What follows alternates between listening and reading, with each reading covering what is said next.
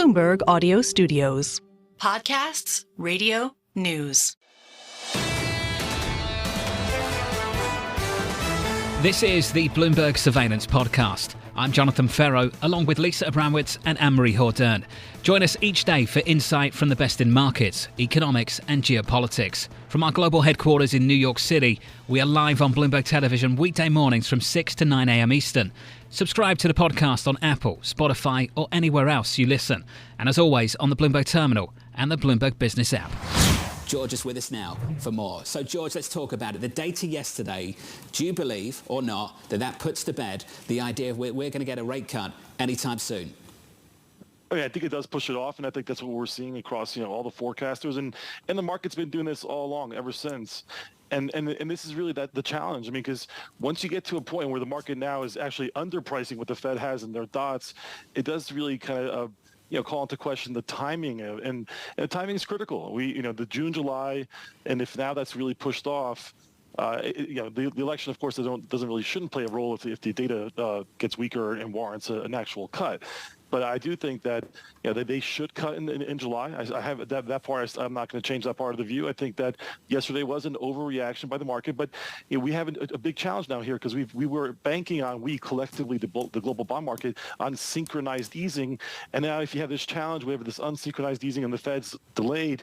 Other central banks are going to be worried as well. So that this does add to volatility. But where it adds to volatility is in the 10-year more so than in the 2-year. George, lots to unpack there. The word overreaction. I want to get into that just a little bit more. Do you think an upside surprise of 6 basis points, because ultimately that's all it was, do you think an upside surprise of 6 basis points was worth a 20 basis point move at the front end of the curve? That just goes to show you how lack of conviction there is in the marketplace and positioning, and how flows can change very quickly. This is a very binary market. When you're on hold and you're data dependent, both the markets and the Fed, it's going to cause these sort of reactions, in my opinion. Although Jim Reed did put it well over from Deutsche Bank, talking about how this really calls into the question about whether the bump is really a bump. And we've been talking about this for a long time. At what point does it become a trend and something stickier? And really, from all of the notes, it seems like people are saying this is sticky, and if you discount that, that's going to be at your peril. Why are you discounting that?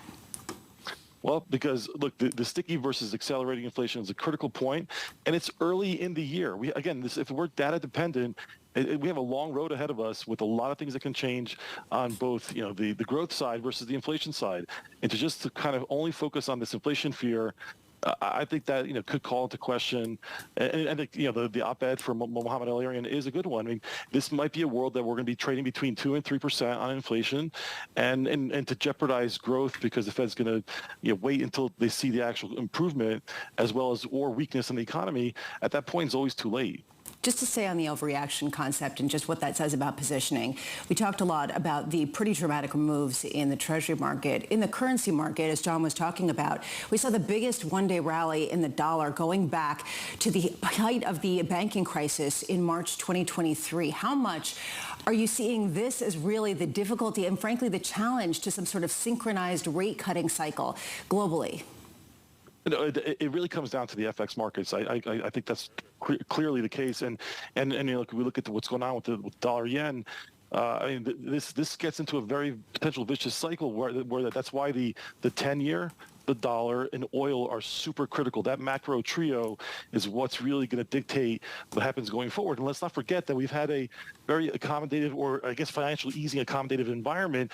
If those 3 variables start moving in a way where it's detrimental to risk assets, then you'll get your tightening there too. So I think all this stuff is in play. George, let's sit on foreign exchange. The euro 107, dollar yen 153, cable 125. That print yesterday, that move in yields, in rates, stateside, who does that upset more? The Bank of England, the BOJ, or the ECB? I think the BOJ first, ECB second, BOE third. I think this is really coming down to this 153, 155 level. It's really important on the dollar yen, and a move in the ECB. I mean, I think we've always looked at the ECB as making policy mistakes. I think they're trying to be proactive. I think they're trying to do the right thing. They probably will have to ease before the Fed. And it's going to be hard, and I think that's obviously a challenge for them. But to just kind of sit here and do nothing is not the right course of action either. Do you think it tempers their ability to go further beyond flagging a June rate cut at this meeting this morning? I mean, at a minimum, what could happen, I mean, because you don't want to always backpedal, and I think this could then enter into an environment where central banks ease and then they skip meetings and they try to really calibrate the message in between. I think that's really what they can do, try to really slow down the process and not change the narrative every other inflation report. This is really difficult, George, because 152, Lisa's been talking about it, was the line in the sand for intervention, and here we are at 153. Steve Englander of Standard Chartered put a note out ahead of this. So this is before the CPI print, and this is what he said. A hot print would mean fighting market fundamentals. That's a difficult intervention proposition. Given where the fundamentals are and how strong the tide is right now against the BOJ, do you think they can intervene in the FX market anymore? So the challenge, of course, other than just verbal intervention, is that for the better part of the last 18 months, as the Fed was hiking and then concluding their hiking cycle, and then all these eases were priced in. I mean, in many ways, Bank of Japan was hoping and banking on global central banks easing, and that would take some pressure off the currency. And then now this really does call into question that, and therefore, do you start raising rates faster? And then you get into the whole yen carry trade and the concerns around that. So I think that the Japan story is super critical. Obviously, it's important to us, and I think that it does, at a minimum, need to have some sort of intervention. I don't think that a move beyond 155 will be tolerated, and I think that we will probably see something there, but we don't know, obviously, with clarity on what's going to happen there. But I do think that it's going to now move towards, can the BOJ actually raise rates even more than just 10 basis points at a clip? Does yesterday's print, George, really challenge this thesis that we've been hearing from a lot of guests, which is go outside of the U.S., that there's more value elsewhere, whether it's risk assets or whether it's currency, that generally it seems like the U.S. is sort of overpriced? Does that get challenged fundamentally based on the fact that the U.S. is still the one printing hot inflation as well as strong growth? Well, I mean, if you look across your world bond screen on your Bloomberg terminal, as I'm sure you all do, the U.S. is still one of the highest yielding for developed markets. I mean, New Zealand, and a few others maybe, but there's a lot, the attractive yields in the U.S. And that's why I feel like it's going to be hard for fixed income to go unhinged. And, this 450 level is critical psychologically, and we could go to 475 in a 10-year. I wouldn't be surprised. But nonetheless, there's, capital will come to the U.S. because of our higher yields. And I think that's going to benefit more fixed income than equities, considering where valuations are now. Interesting. George, thank you, sir. George Goncalves there of MUFG on the bond market.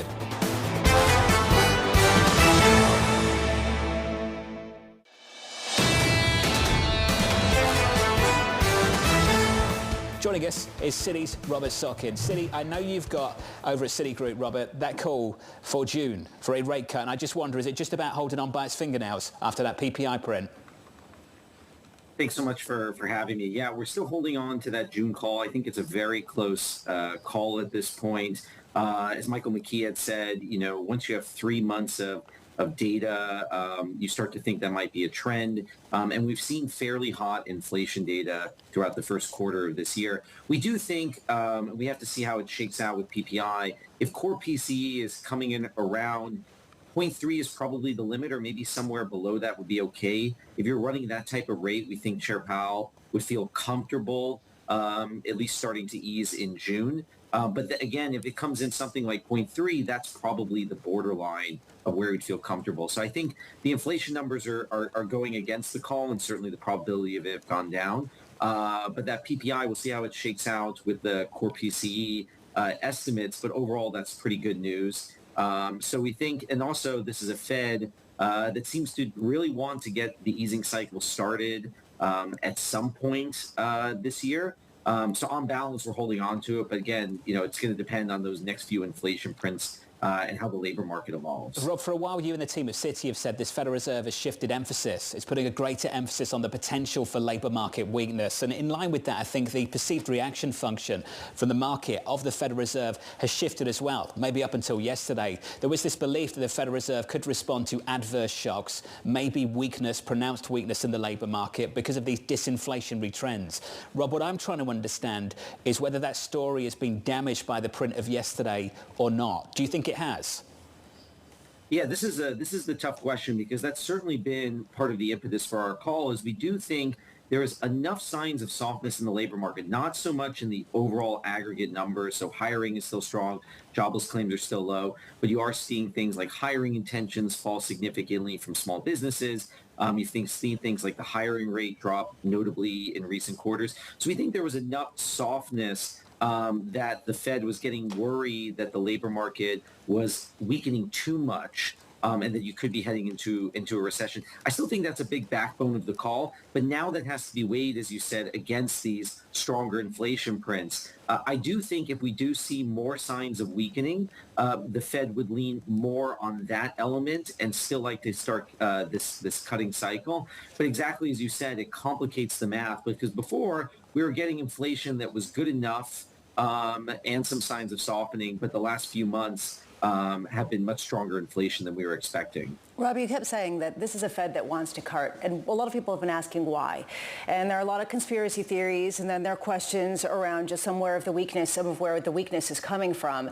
We heard from Jason Thomas of Carlyle earlier this morning that one of the reasons why is the deficit. And as it balloons, borrowing costs are getting more punitive for the United States. How much do you think that's factoring into the decision to try to cut rates at a time when a lot of that deficit's financed through T-bills? Yeah, great. It's a great question. Certainly, on the one hand, those deficit numbers are looking very large, and interest costs have been growing significantly as a share of the overall deficit. I don't think, though, that that's the primary concern of the Fed. I think in the Fed's mind that they feel like they've done enough. They feel like they're restrictive, and they do feel like they're seeing enough progress on inflation and enough signs of loosening in the labor market and softening in the economy that they're willing to start easing, especially if they are starting to get concerned about those downside risk activity. So I don't think that concern is primary in their mind. But more broadly, I do think that is an issue. That deficits are getting big, and that's something policymakers have to pay attention to as interest costs are higher. But primarily, the Fed is focused on getting inflation back down to target and maintaining activity in the economy. Rob, have you changed your long-term inflation forecast for the United States in the heels of some of these prints and your belief that the Fed will still cut? No, we haven't changed the longer-term outlook in terms of inflation will gradually go back down to target over the next few years, have somewhat of a sticky path down because we think that services inflation is going to take longer than many people think to come back down to more stable levels. And as mentioned, still have the Fed cutting in June. But I think the risks around that forecast have changed. The risks are looking more tilted towards inflation stays even higher for longer than we've had. And the risks are looking that the Fed starts that easing cycle a bit later. So we're holding on to those similar views, but I think the risks have definitely tilted in a different direction. Robert, this was great. It's fantastic to hear from you. Robert Sockin there of Citi, just about holding on to this June rate cut call.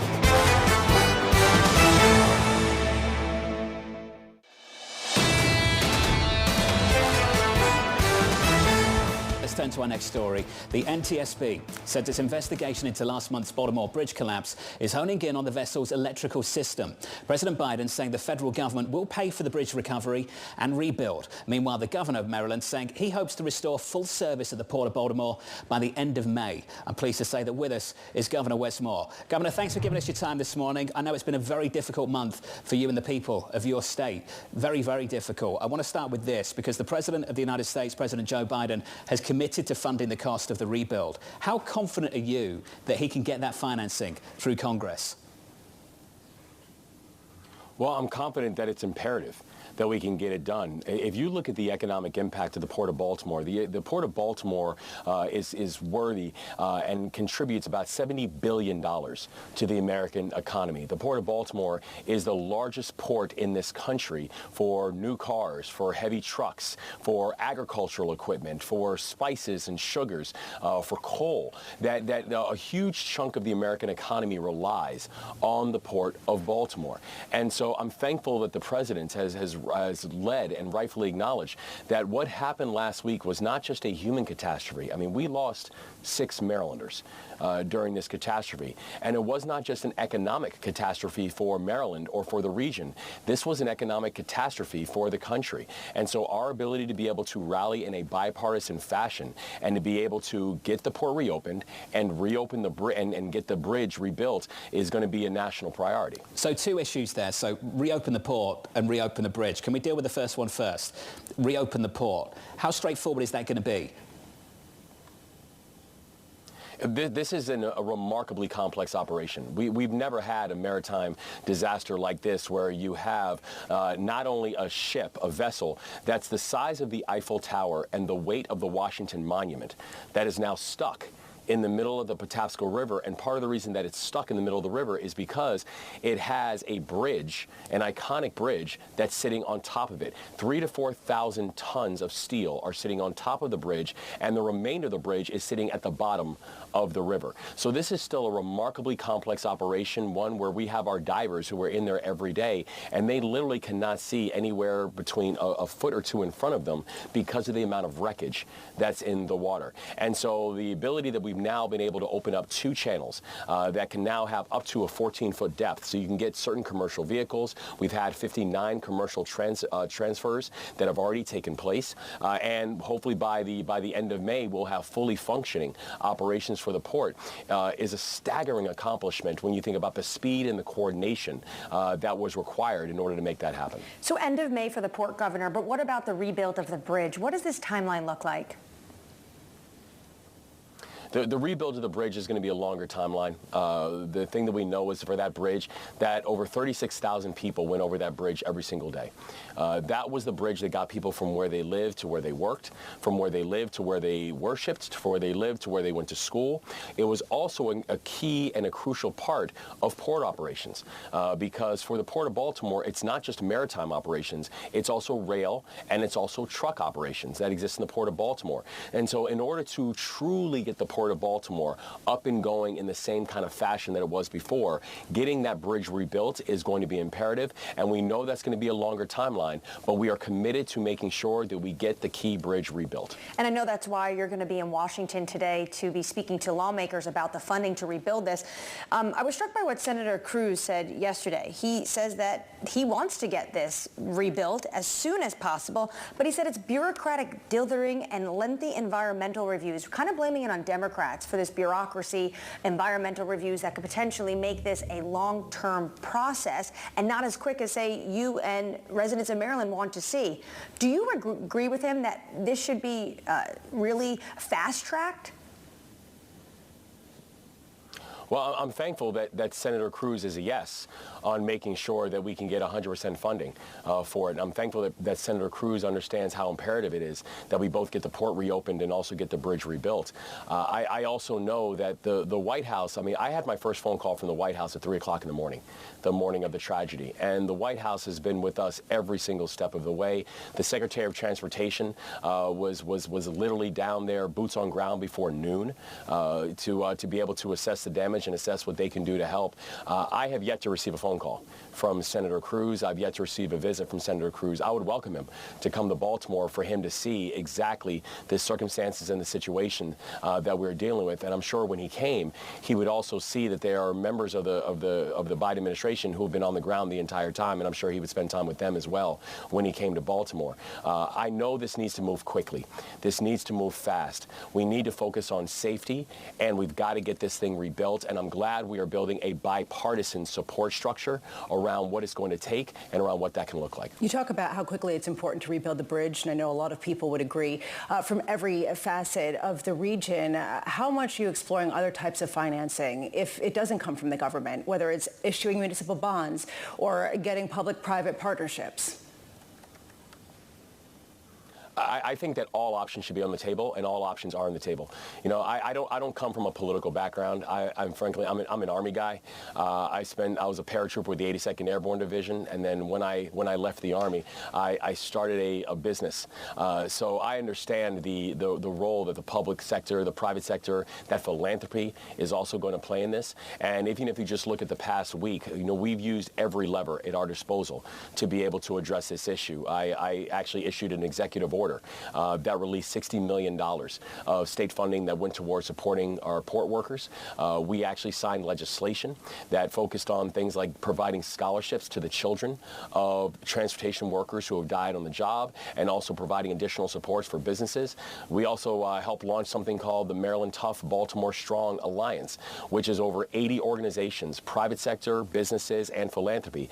We've now raised over $15 million that's going towards port workers, and also have a commitment from businesses to do things like they're not laying off their workers. If they have to temporarily move operations from the Port of Baltimore, they've committed to bringing them back to the Port of Baltimore. So we know it's important to use every single lever at our disposal, and that every sector, private sector, public sector, philanthropy, have all got to be involved and at the table in order for us to get to our long-term conclusions. Well, as a Marylander, as a business owner, as a military man, you fully understand the importance of infrastructure and what the ramifications could be the longer that this goes on. Is there a drop-dead time where, say, it takes 2 years and that's the maximum that it could take to rebuild this bridge and get operations, to reopen the port, to get things back up and running, where Maryland, Baltimore can withstand that, versus after that, where it becomes a real financial weight that has much more punitive consequences?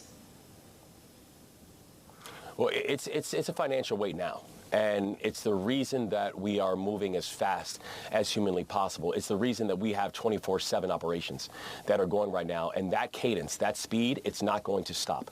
I'm committed to making sure that we are moving with speed on this, because we have to remember there are tens of thousands of port workers that right now are being impacted by this.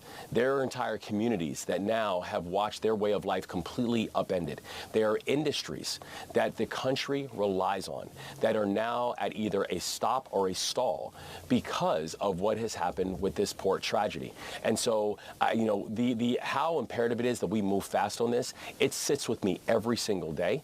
And I know we are going to, and I'm going to demand 24/7 operations until we accomplish 4 goals. Bring closure to these families, reopen these channels, make sure we're taking care of our people who've been impacted by this, and getting the bridge rebuilt. Governor, how much money do you need? Well, the truth is that we don't have an official price tag on that right now. That we know this is going to be a long journey. We know this is going to be something that is expensive. We also know, though, taken place thus far. If you would have asked me 2 weeks ago, seeing what I saw, and said that 2 weeks later we would have 2 commercial channels open, that by the end of this month we should have up to a 35-foot depth in draft that should be able to get a lot of the new cars and roll on, roll off that the Port of Baltimore relies on up and going, and by the end of May we should have the port fully functioning. I would have said, when you look at the damage and the devastation that we saw, I would have said that seems very ambitious, but that's where we are. And so we know this is going to be a long journey.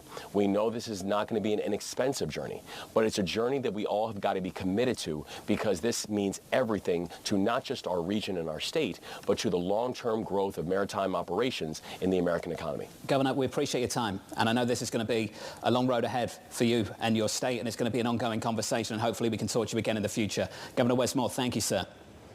The governor there of Maryland. Difficult conversation, difficult time. This is the Bloomberg Surveillance Podcast, bringing you the best in markets, economics and geopolitics. You can watch the show live on Bloomberg TV weekday mornings from 6 a.m. to 9 a.m. Eastern. Subscribe to the podcast on Apple, Spotify or anywhere else you listen. And as always, on the Bloomberg Terminal and the Bloomberg Business app.